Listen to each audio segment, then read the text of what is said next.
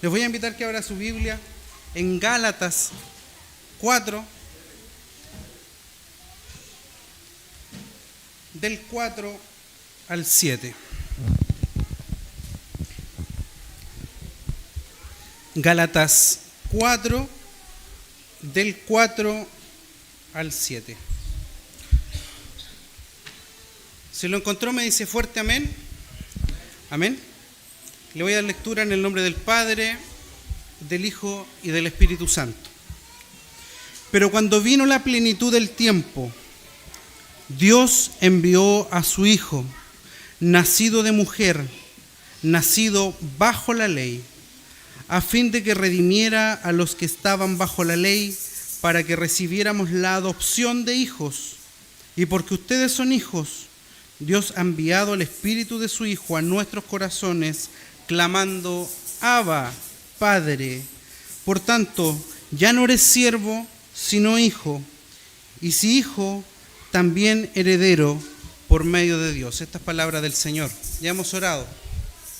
Bien, hermanos, estamos en un tiempo bien especial, ¿cierto? Navidad. Este texto, Pablo está tratando principalmente un problema que se había dado en Gálatas contra algunos judaizantes que intentaban promover en los cristianos que se habían convertido, cristianos gentiles que se habían convertido, a que se sometieran a la ley mosaica. Querían que se circuncidaran también. ¿Para qué? Para ser salvos. Pero esto, para Pablo, y según la gracia que hemos recibido, era una amenaza para el evangelio que predicábamos de Jesucristo, de la salvación por la fe, por la gracia de Jesucristo. El propósito de Pablo en esta carta es defender el evangelio de la justificación por la fe y explicar que la ley tuvo un propósito temporal hasta la llegada de nuestro Salvador Jesucristo. En esta temporada de Navidad celebramos un evento histórico, algo que es teológicamente profundo. Celebramos que el Hijo de Dios se encarnó y nació en un pesebre. Celebramos que el cumplimiento de todas las promesas que podemos leer en el Antiguo Testamento se han cumplido en Él. El plan de redención que Dios prometió estaba viendo luces y grandes luces para esta humanidad.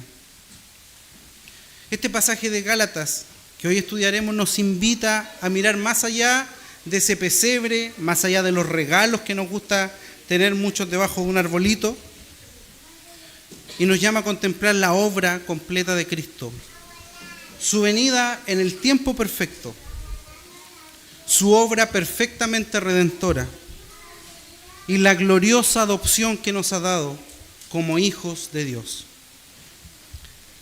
Dios, por medio del apóstol Pablo, nos muestra cómo la encarnación del Hijo de Dios cumple ese plan de redención en esta historia de salvación y transforma nuestra relación con Dios, pagando la deuda de nuestro pecado para hacernos hijos de Él. En esta tarde ya vamos a abordar 3 puntos. En el versículo 4, si usted va a acompañar en la Biblia, sería bueno para mantenernos atentos a lo que estamos estudiando y escuchando hoy en el sermón. Pablo ocupa una frase bien especial que dice la plenitud del tiempo. La plenitud del tiempo. El tiempo se ha cumplido. ¿El tiempo de qué? Se acabó. Lo que Pablo está tratando de decir es que este reloj de cuenta regresiva ha llegado a su fin. Lo que él había prometido ahora se cumple. Es ese cumplimiento soberano que Dios tenía preparado desde la eternidad. Recuerde lo que Pablo nos dice en Efesios 1, del 9 a 10. ¿Se recuerda usted? ¿Qué dice Pablo en Efesios 1, del 9 al 10? Dice, con miras a una buena administración en el cumplimiento de los tiempos, es decir, de reunir todas las cosas en Cristo, tanto las que están en el cielo como las que están en la tierra. Nos dio a conocer el misterio de su voluntad, según la buena intención que se propuso en Cristo. El tiempo se cumple en Cristo. Aquí vemos cómo ese tiempo de espera que los judíos precisamente anhelaban de que viniera un libertador que los libertara en este caso y en esos tiempos de los romanos, llegaba a su fin. La promesa que Dios le había hecho en Génesis 3:15 a la mujer, de su simiente que pisaría la cabeza de la serpiente, comenzaba a cumplirse. La promesa que Dios había hecho a Abraham en Génesis 22:18, cuando le dijo, en tu simiente, no en tus simientes, en tu simiente, en Cristo, serán benditas todas las naciones de la tierra. Se comenzaba a cumplir. La promesa que Dios había hecho a David sobre esta simiente que vendría de él, que sería un rey eterno, allí en 2 de Samuel 7. Sería un reino eterno, y ese reino había llegado para establecerse. El reino de los cielos se había acercado en aquel humilde pesebre. Dios preparó todo el escenario. Un imperio tremendo que preparó caminos, que había expandido el griego, ¿cierto?, por muchos países, por muchas naciones, y se hablaba en muchos lugares. El anhelo de un libertador. Dios preparó todo para la llegada del Mesías. Esto nosotros como iglesia nos muestra que Dios sigue obrando en su tiempo perfecto. Esto nos alienta a nosotros que somos una iglesia en plantación, a confiar en que el Señor tiene el control de todo, el control de los tiempos y de los procesos en nuestro crecimiento como iglesia. Y lo hará en su tiempo para llevarnos a cumplir su voluntad. Un segundo punto que podemos ver en los versículos 4 y 5 es que este niño que ha venido y que muchos ponen en un pesebre allí, es un emisario redentor.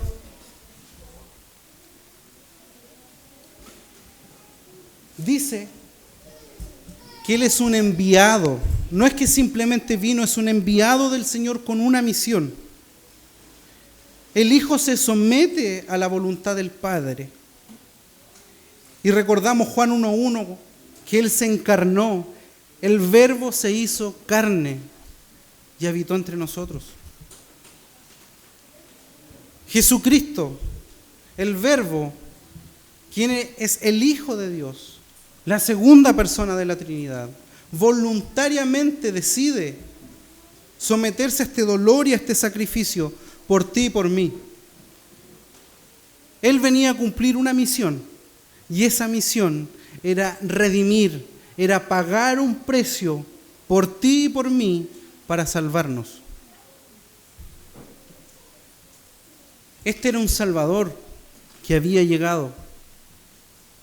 Y Pablo nos habla, ahí en el versículo 5, de que este Jesucristo es hijo nacido de mujer. Y esto es muy importante y es profundo. ¿Por qué es profundo, hermanos? Porque a lo largo de la historia siempre se han rebatido distintas herejías.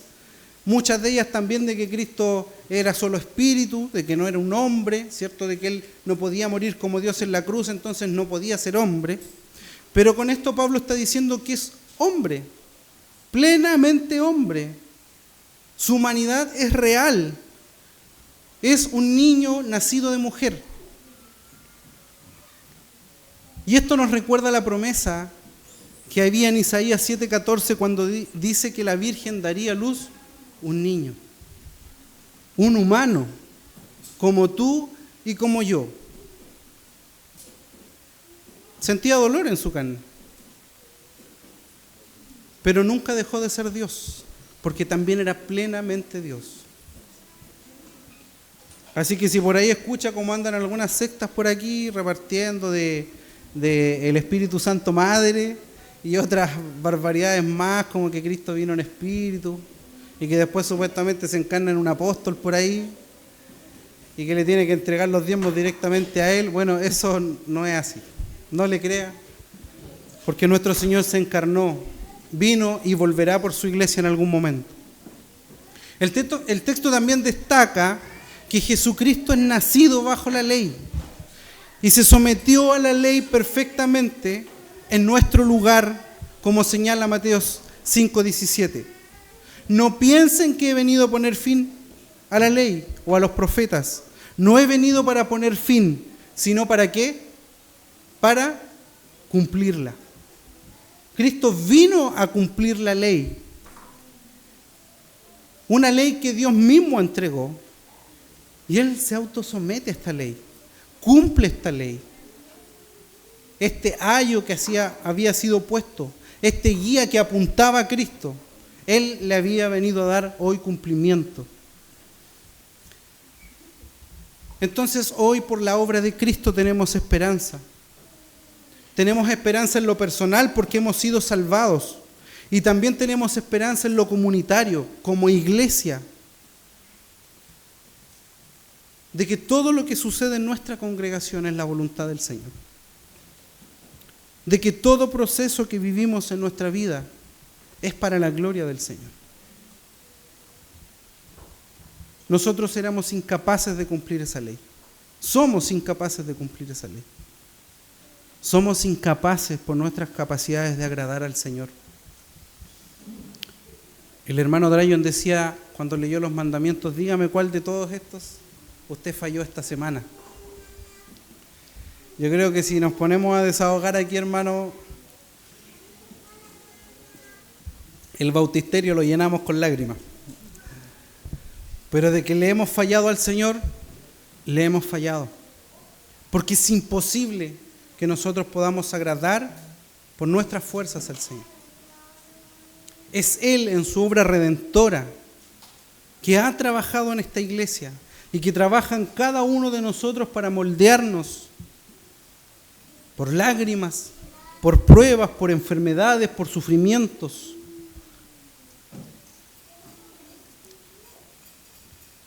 Un día el pastor me decía, me preocupa ver a tu hijo tanto tiempo enfermo. Pero el Señor conoce nuestros corazones. Y Él sabe por qué hace todas las cosas. Muchas veces nos va a doler el proceso que tenemos que pasar. Pero yo al menos creo que ese proceso que pasamos en lo individual y en lo colectivo como iglesia son para la gloria del Señor. Son para que esta iglesia crezca fuerte y pueda llevar a otros el Evangelio de Cristo. Hay esperanza en la obra redentora de Cristo. Cuando Pablo en el versículo 15 habla de redimir, ese redimir está implicando pagar un precio por un rescate. A veces se confunde el término de que la salvación es gratis, por la palabra gracia, ¿cierto? Es gratis para nosotros, pero alguien tuvo que pagar ese precio. Y ese precio lo pagó Jesucristo en la cruz del Calvario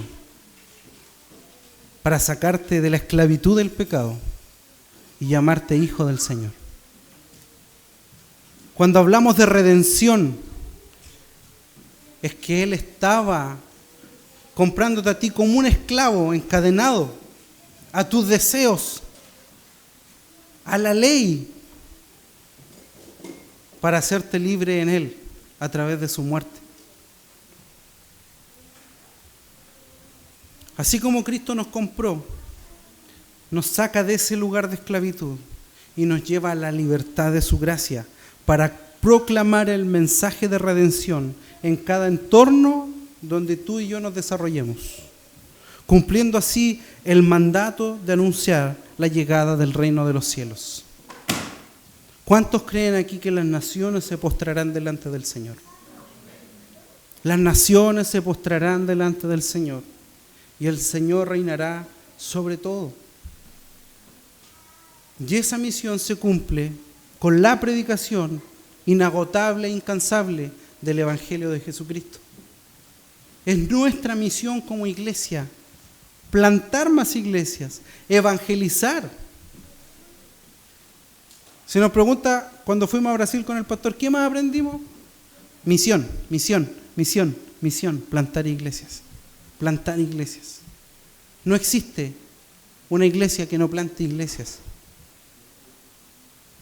No es vida de iglesia conformarnos a estar aquí nosotros y que cada vez lleguen más y estemos encerrados y no crezcamos. Debemos anhelar que de aquí salgan presbíteros, pastores, diáconos, maestros, evangelistas que sigan expandiendo el reino de los cielos. Y si ese anhelo no está en nuestro corazón, entonces debemos orar al Señor y pedirle perdón. Porque una iglesia es misional. Porque Cristo reinará sobre todo. Y el mandato que nos ha dado es anunciar las buenas nuevas de salvación. Como tercer punto, desde el versículo 5 al 7, Dios nos habla que esa redención, ese pago que Cristo hizo por ti y por mí, tiene un propósito. Y ese propósito de redimirte es el poder hacerte hijo de Dios y heredero de Dios. Pablo está dando a entender que Él te toma de un lugar con cadenas, paga el precio y ahora viene y te pone en la casa de su Padre y te da el nombre de hijo de Dios. Eso es lo que Pablo nos está diciendo en este mensaje.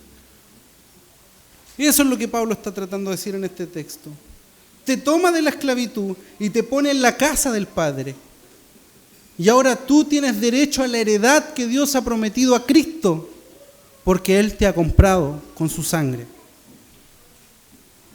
Esto cambia nuestra identidad. Pasamos de estar muertos, de ser esclavos del pecado, a ser salvos y llamados hijo del Rey, hijo del Señor de señores, teniendo todos los derechos y los privilegios que un hijo tiene al ser constituido en hijo. Esto es lo que conocemos hoy en día como la adopción. Cuando usted adopta a un hijo, ese hijo pasa a tener los mismos derechos que tienen sus otros hijos naturales. Es eso lo que Dios ha hecho con nosotros en su misericordia. Por otra parte, y llegando al final, vemos cómo Dios promete al Espíritu de Cristo como una garantía, como un arras, dice una versión por ahí, que asegura esta relación de padre e hijo con Dios. Nos permite clamar Abba Padre. ¿Le suena esa frase que nombra aquí Pablo, Abba Padre? ¿Dónde más sale en la Biblia? ¿Dónde más sale en la Biblia? Sale 3 veces en la Biblia. Y una de ellas cuando Cristo está en el Getsemaní y le dice, Señor, si es posible, pasa de mí esta copa, pero no se haga tu voluntad, sino la mía. Por ahí hay harto mito de qué significa Abba Padre, pero Abba en arameo significa Padre, y el Padre que tenemos ahí está traducido del griego, de pater, que es Padre, o sea, dice Padre, Padre, pero nos quiere dar algo esta expresión. Pero cuando nosotros clamamos Abba Padre, en el contexto que Cristo lo hace, nos enseña de que pase lo que pase, el dolor que estemos sintiendo, en el proceso que estemos pasando, como Cristo que llegó a sudar sangre, aún así debemos pedir que se haga su voluntad y no la nuestra. Porque por muy dura que sea esa copa, es para transformar nuestros corazones conforme a su voluntad. Es para que Él sea glorificado en nosotros. La prueba puede ser muy dura. Los procesos pueden ser muy duros. Y con mucho cariño de los que estamos aquí, ninguno ha transpirado sangre con la presión psicológica. Así que creo que debiéramos imitar a Cristo nuestro Señor y decir, sea hecha tu voluntad y no la mía. Abba Padre. Como iglesia naciente, creciendo, esta verdad nos da esperanza, nos da descanso al momento de creer que hemos recibido también el bautismo del Espíritu al momento de creer. Y eso es bueno dejarlo claro. Las Escrituras nos enseñan que usted es bautizado en el Espíritu Santo al momento de creer en Cristo, sin necesidad de una experiencia rara, mística. Usted al momento de creer genuinamente y ser llamado por el Señor, usted recibe el sello del Espíritu Santo. Recordemos lo que Efesios 1, 13, 14 dice: en Él también ustedes, después de escuchar el mensaje de la verdad, el evangelio de su salvación, habiendo creído, fueron sellados en Él con el Espíritu Santo de la promesa, que nos es dado como garantía de nuestra herencia, con miras a la redención de la posesión adquirida de Dios para alabanza de su gloria. Como conclusión, hermanos, Cristo vino en plena humanidad y vino voluntariamente a cumplir esta ley para inaugurar el fin de los tiempos. Y como muestra nos ha dado el sello de su Espíritu Santo, como una garantía de la obra que Él hizo allí en la cruz del Calvario. Cristo pagó el precio de nuestra esclavitud al pecado y de la condenación a la ley, cumpliendo todo lo que usted y yo no podíamos cumplir. Y finalmente nos posiciona como hijos del Dios Trino y herederos de la promesa. Así como Cristo, nuestro Rey y Salvador, nos redimió, nos envía a proclamar este mensaje de libertad, siendo un pueblo que cumple la misión de Dios de anunciar el Evangelio, de predicar el reino de Dios donde quiera que vayamos. Y la pregunta volverá a ser quizás la misma de la serie de Hechos: ¿has anunciado el reino de Dios donde quiera que vas? ¿Has hablado de tu Salvador a otros que no le conocen? ¿Has practicado en obediencia al mandato que esta iglesia tiene de anunciar el Evangelio a toda la criatura? Hoy se nos llama a dejar todo legalismo, como empezaron los Gálatas. Todo intento de volver querer agradar a Dios por medio de cumplimientos de leyes tribales, de tradiciones humanas, y que en cambio somos llamados a servir a Dios de forma íntegra, comprometida con su iglesia local y en santidad, buscando a Dios en santidad. Dios nos llama a despojarnos del amor y de los anhelos por las cosas terrenales y de los tesoros de este mundo, para poner nuestra esperanza en las cosas eternas que Él ha garantizado para nosotros. Si hoy en día las iglesias han decaído, es porque los cristianos estamos más preocupados de hacer tesoro en la tierra y no en el cielo. Es porque tenemos otras prioridades de nuestra satisfacción personal, pero no la expansión del reino de los cielos. Niños, ¿dónde están los niños? Hoy día voy a hacer el Grinch. Niños, jóvenes, iglesia. Finalmente la Navidad, esto que el cristianismo a nivel universal celebra, no es una celebración de consumismo, como decía el hermano la semana pasada. No es una celebración de regalos, más regalos y regalos que te trae un viejo guatón, barbón, no yo, otro, que se viste de rojo, que viene en un trineo, que vuela. Yo no sé qué fumó, pero yo no he visto trineos volar, con un reno con nariz roja. Eso no es Navidad. Eso es una fantasía. El recordatorio de la Navidad es que el Hijo de Dios se encarnó y nació en un humilde pesebre, pero no fue solo eso, para crecer y dar su vida por ti y por mí.